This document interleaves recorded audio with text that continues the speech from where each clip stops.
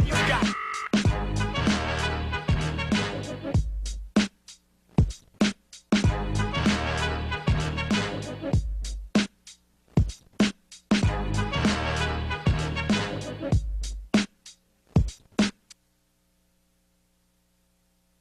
My name is Ben Chan, and to my left I have my co-host Aris Pina. We do CompuBox. We run the Punch Zone for HBO. We're the sexiest statisticians in boxing. It's been a long time, Aris. A very long time. Glad to So be back. we've got a lot to talk about. We had WrestleMania last night.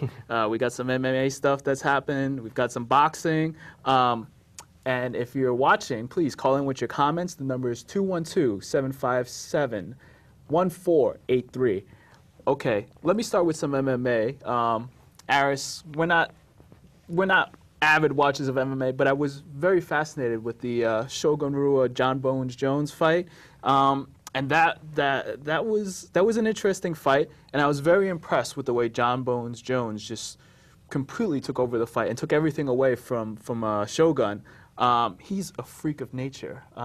He's a big guy. He's got very long arms, and he's young too.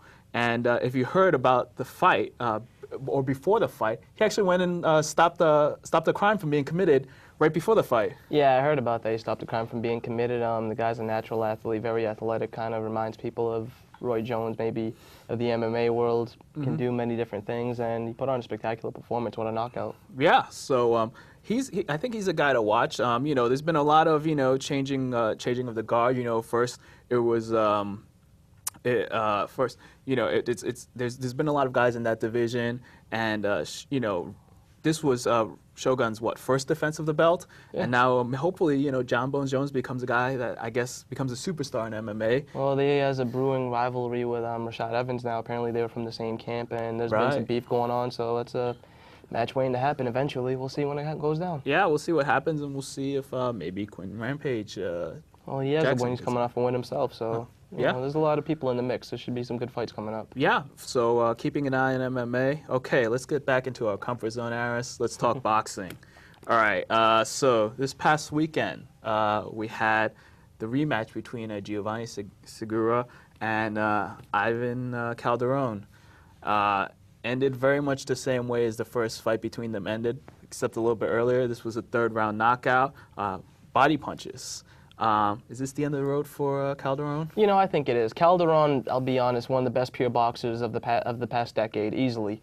Everyone says he was a miniature Floyd Mayweather, and you can see that. I mean, the guy was pure class. But the problem was very undersized, and he couldn't punch, you know?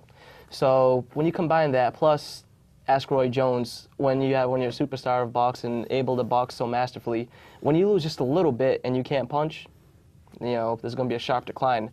And that's kind of what's happening to Calderon right now. He's up there in age. He's a great amateur. He's had a long career. And Segura is an absolute monster. May not be the most skillful guy out there, but he can punch with anyone. And he knows how to break a guy down. And that's what he did with Calderon. I think right now Calderon's had a great career. He's a borderline Hall of Famer. He should just call it up. And the news is that he actually hasn't retired yet. So maybe he might go and keep on fighting for a little bit. He's still viable fights out there for him. Don't get me wrong, but the fight I really want to see in that division now would be if Segura can boil down to 108. I know he said that might be his last fight, but the fight that needs to be made would be between him and Roman Gonzalez, who the other junior flyweight titleist from Nicaragua, who's an absolute monster. Both of those guys, Gonzalez has actually been compared to Ricardo Lopez to a degree as the best strawweight since then.